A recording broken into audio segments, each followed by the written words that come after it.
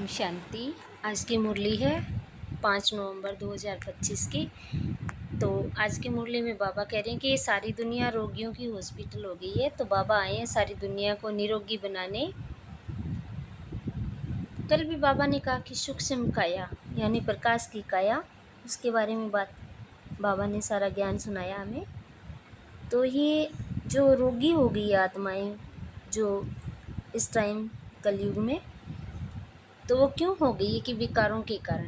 और जो हमारी अंदर की सूक्ष्म प्रकाश की काया जो मन बुद्धि से बन रही है, वो विकारों के कारण अंदर से प्रभावित होता है हमारा शरीर, मन और बुद्धि के कारण, जिसे हम प्रकाश की काया भी कह सकते हैं। तो उसके कारण सारी दुनिया रोगी हो गई है। अब बाबा ने उस प्रकाश की काया को बाबा की याद से पवित्र बनाएंगे, तो ये स्थूल शरीर भी हमारा निरोगी बन जाएगा, पवित्र बन जाएगा। तो बाबा बोले, मीठे बच्चे जी मीठे बाबा, ये सारी दुनिया रोगियों की बड़ी हॉस्पिटल है। बाबा आए हैं सारी दुनिया को निरोगी बनाने। प्रश्न है, कौन सी याद रहे, स्मृति रहे तो कभी मुरझाई व दुख की लहर नहीं आ सकती। उत्तर है, अभी हम इस पुरानी दुनिया, पुराने शरीर को छोड़ घर में जाएंगे, फिर नई दुनिया में पुनर्जन्म लेंगे। हम अभी राजयोग सीख रहे हैं राजाई में जाने के लिए। कल बाबा ने बोला ना कि जो सूक्ष्म काया प्रकाश की काया यानी हमारा नया जीवन और नया जन्म, उसके लिए हम बाबा से राजयोग सीख रहे हैं। बाप हम बच्चों के लिए रूहानी राजस्थान स्थापन कर रहे हैं। ये स्मृति रहे तो दुख की लहर नहीं आ सकती।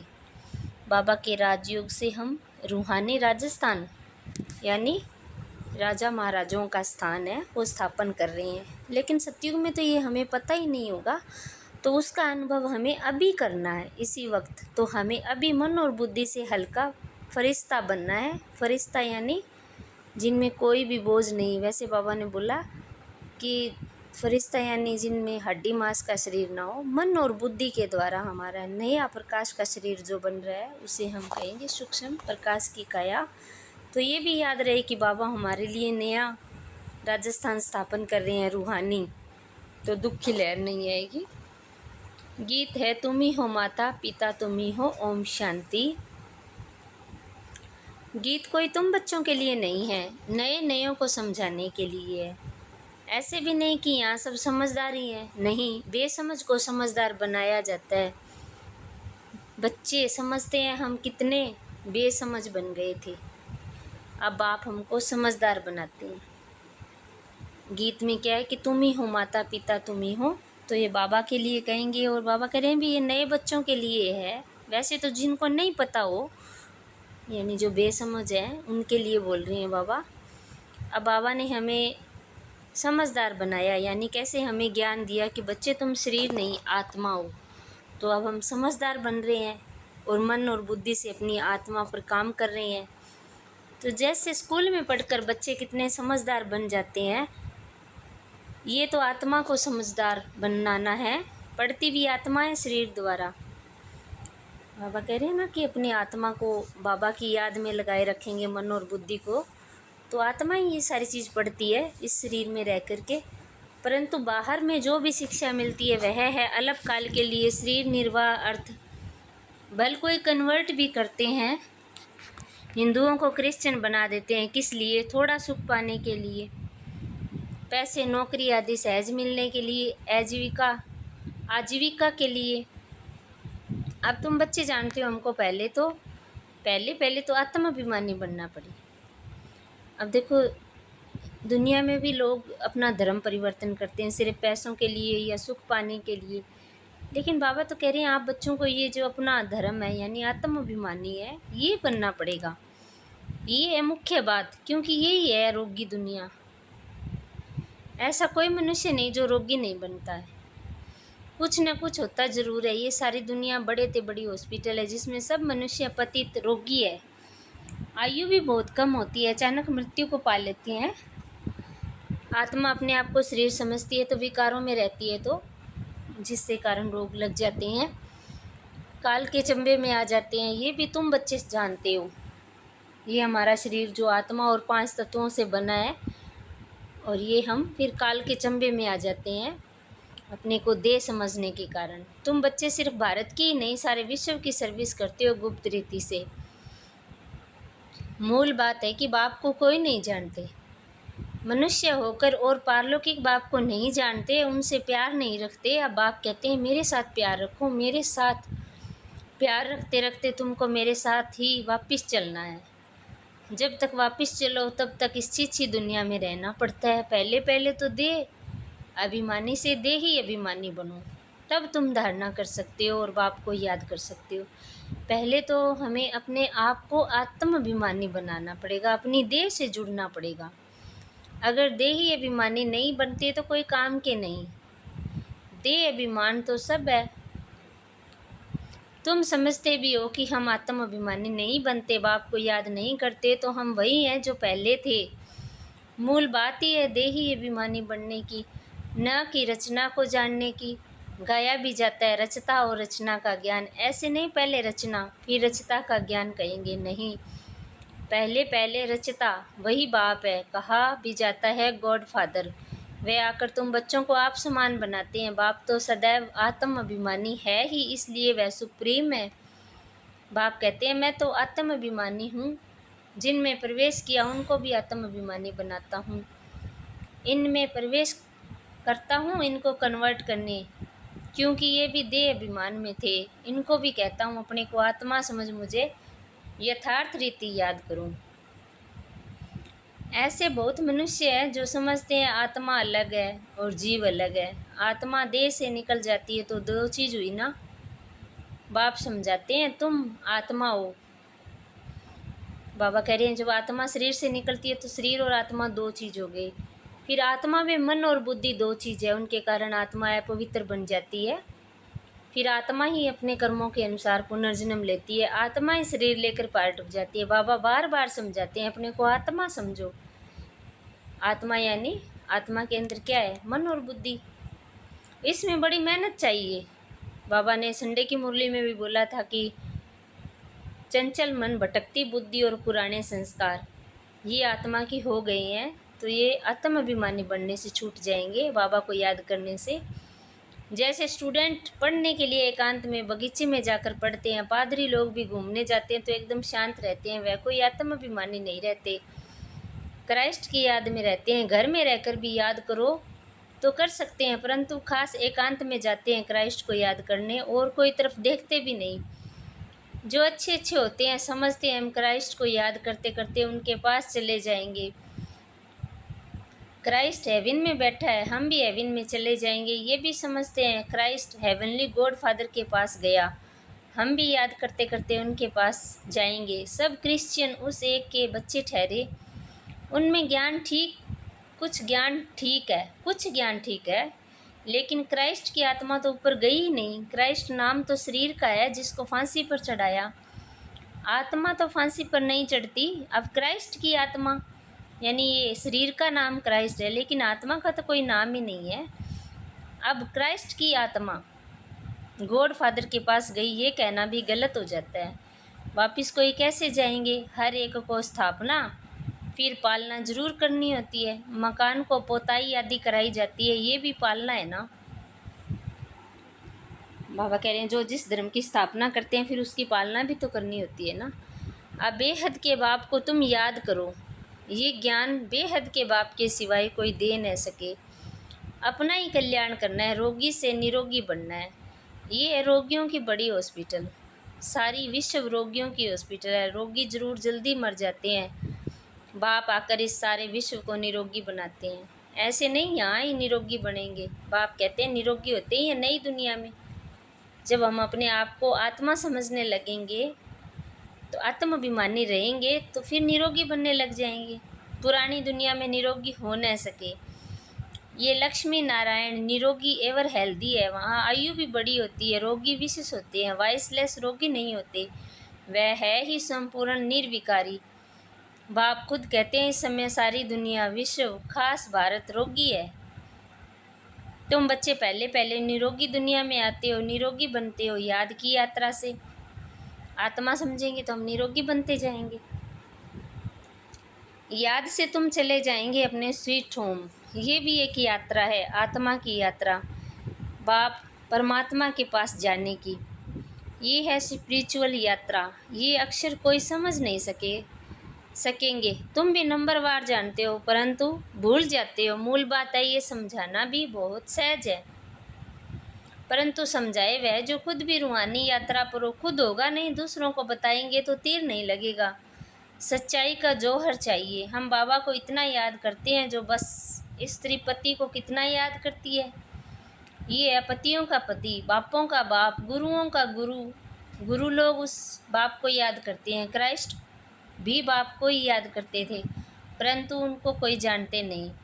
बाप जब आए तब अपनी पहचान देवे। भारतवासियों को ही बाप का पता नहीं है, तो औरों को कहाँ से मिल सकता है। विलायत से भी यहाँ आते हैं भोग योग सीखने के लिए। समझते हैं प्राचीन योग भगवान ने सिखाया। ये है भावना। बाप समझाते हैं सच्चा योग तो मैं ही कलप आकर सिखलाता हूँ एक ही बार। मुख्य बात है अपने को आत्मा समझ बाप को याद करो। इतनी ही रूहानी, इसको ही रूहानी योग कहा जाता है। बाकी सबका है जिस्मानी योग। ब्रह्म से योग रखते हैं, वह भी बाप तो नहीं, वह तो मैं तत्व है, रहने का स्थान है। तो राइट एक बाप ही है, एक बाप को ही सत्य कहा जाता है। ये भी भारतवासियों को पता नहीं कि बाप ही सत्य कैसे हैं। वह सचखंड की स्थापना करते हैं, सचखंड और झूठखंड। तुम जब सचखंड में रहते हो तो वहाँ रावण राज्य ही नहीं होता। आधा कल्प बाद रावण राज्य झूठखंड शुरू होता है। सचखंड पूरा सतयुग को कहेंगे, फिर झूठखंड पूरा कलयुग का अंत। अभी तुम संगम पर बैठे हो, न इधर हो न उधर हो।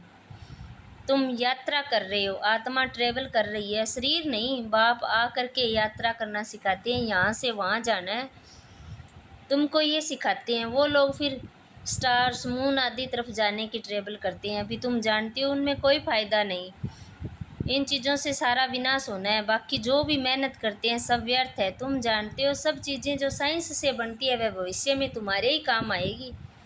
ये ड्रामा बना हुआ है। बेहद का बाप आकर पढ़ाते हैं तो कितना रिगार्ड रखना चाहिए। टीचर का वैसे भी बहुत रिगार्ड रखते हैं। टीचर फरमान करते हैं अच्छी रीति पढ़कर पास हो जाओ, अगर फरमान को नहीं मानेंगे तो ना पास हो जाएंगे। बाप भी कहते हैं तुमको पढ़ाते हैं विश्व का मालिक बनाने। ये लक्ष्मी नारायण मालिक है, भल प्रजा भी मालिक है, परंतु दर्जे तो बहुत है ना। भारतवासी भी सब कहते हैं ना हम मालिक है। गरीब भी भारत का मालिक अपने को समझेगा, परंतु राजा और उनमें फ़र्क कितना है। नॉलेज से मर्तबे का फ़र्क हो जाता है। नॉलेज में भी होशियारी चाहिए, पवित्रता भी ज़रूरी है, तो हेल्थ वेल्थ भी चाहिए। स्वर्ग में सब है ना। बाप एम ऑब्जेक्ट समझाते हैं दुनिया में, और कोई की बुद्धि में एम ऑब्जेक्ट होगी नहीं। तुम फट से कहेंगे हम ये बनते हैं, सारे विश्व में हमारी राजधानी होगी। ये तो अभी पंचायती राज्य है, यानी 5 विकारों का राज है। पहले थे डबल ताजदारी, फिर एक ताज, अभी 9 ताज। बाबा ने मुरली में कहा था ये भी चित्र और डबल सिरताज। राजाओं के आगे सिंगल ताज वाले माथा झुकाते हैं। अभी बाप कहते हैं मैं तुमको राजाओं का राजा डबल सिरताज बनाता हूँ। वह है अल्पकाल के लिए, ये है 21 जन्मों की बात। मुख्य बात है पावन बनने की। बुलाते भी हैं कि आकर पतित से पावन बनाओ, ऐसे नहीं कहते कि राजा बनाओ। अभी तुम बच्चों का है बेहद का संन्यास। इस दुनिया से ही चले जाएंगे अपने घर, फिर हेवन में आएंगे। अंदर में खुशी रहनी चाहिए, जबकि समझते हैं कि हम घर जाएंगे, फिर राजाई में आएंगे, फिर मुरझाइश, दुख आदि ये सब क्यों होना चाहिए। हम आत्मा घर जाएंगी, फिर पुनर्जन्म नई दुनिया में लेंगी। बच्चों को स्थायी खुशी क्यों नहीं रहती। माया का अपोजिशन बहुत है, इसलिए खुशी कम कर देती है। पतित पावन खुद कहते हैं मुझे याद करो तो तुम्हारे जन्म जन्मांतर के पाप भस्म हो जाएंगे। तुम स्वदर्शन चक्रधारी बनते हो, जानते हो। फिर हम अपने राजस्थान में चले जाएंगे। यहाँ भिन्न भिन्न प्रकार के राजाएं हुए, अब फिर रूहानी राजस्थान बनना है। स्वर्ग के मालिक बन जाएंगे। क्रिश्चियन लोग हेवन का अर्थ नहीं समझते, वह मुक्ति धाम को हेवन कह देते हैं। ऐसे नहीं कहते कि हेवनली गॉड फादर कोई हेवन में रहते हैं, वह तो रहते हैं शांति धाम में। अभी तुम पुरुषार्थ करते हो पैराडाइज में जाने के लिए। ये फ़र्क बताना है। गॉड फादर है मुक्ति धाम में रहने वाला। हेवन नई दुनिया को कहा जाता है। फादर ही आकर पैराडाइज स्थापन करते हैं। तुम जिसको शांति धाम कहते हो उनको वो लोग हेवन समझते हैं। ये सब समझने की बातें हैं। बाप कहते हैं ज्ञान तो बहुत सहज है, ये है पवित्र बनने की ज्ञान, मुक्ति और जीवन मुक्ति में जाने की ज्ञान जो बाप ही देते हैं। जब किसको फांसी दी जाती है तो अंदर में यही रहता है, हम भगवान के पास जाते हैं। फांसी देने वाले को भी कहते हैं गॉड फादर को याद करो। गॉड को जानते दोनों ही नहीं, उनको तो उस समय मित्र संबंधी आदि जाकर याद पड़ते हैं। गायन भी है अंतकाल जो स्त्री सिमरे, कोई न कोई याद जरूर रहता है। सतयुग में ही मोह जीत रहते हैं। वहाँ जानते हैं एक शरीर छोड़ दूसरी ले लेंगे, वहाँ याद करने की दरकार नहीं। इसलिए कहते हैं दुख में सिमरन सब करे। यहाँ दुख है इसलिए याद करते हैं। भगवान से कुछ मिले, वहाँ तो सब कुछ मिल ही जाता है, मिला ही हुआ है। तो तुम कह सकते हो हमारा उद्देश्य है मनुष्य को आस्तिक बनाना, धनी का बनाना। अभी सब निधन के हैं, हम धन का बनते हैं। सुख शांति संपत्ति का वर्षा देने वाला बाप ही है। इन लक्ष्मी नारायण की आयु बड़ी थी, ये जानते हैं। भारतवासियों की पहले पहले आयु बहुत बड़ी रहती है, अब छोटी है। क्यों छोटी हुई है ये कोई नहीं जानते। तुम्हारे लिए तो बहुत सहज हो गया है समझना और समझाना। 100 भी नंबरवार है, समझानी हर एक की अपनी अपनी है। जो जैसी धारणा करते हैं ऐसे समझाते हैं।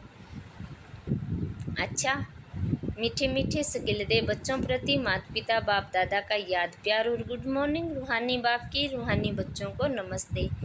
धारणा के लिए मुख्य सार है पहला, जैसे बाप सदैव आत्माभिमानी है ऐसे आत्माभिमानी रहने का पूरा पूरा पुरुषार्थ करना है। एक बाप को दिल से प्यार करते करते बाप के साथ घर चलना है। दूसरा है बेहद के बाप का पूरा पूरा रिगार्ड रखना है, अर्थात बाप के फरमान पर चलना है। बाप का पहला पहला फरमान है बच्चे अच्छी रीति पढ़कर पास हो जाओ, इस फरमान को पालन करना है। वरदान है शक्तिशाली सेवा द्वारा निर्बल में बल भरने वाले सच्चा सेवाधारी भाव। सच्चे सेवाधारी की विशेषता है, वास्तविक विशेषता है निर्बल में बल भरने के निमित्त बनना। सेवा तो सभी करते हैं लेकिन सफलता में जो अंतर दिखाई देता है उसका कारण है सेवा के साधनों में शक्ति की कमी। सेवा के साधनों में क्या है? शक्ति की कमी।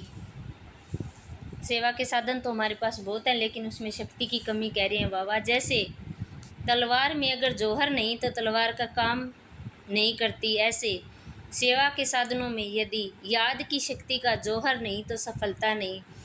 इसलिए शक्तिशाली सेवाधारी बनो, निर्बल में बल भरकर क्वालिटी वाली आत्माएं निकालो, तब कहेंगे सच्चे सेवाधारी।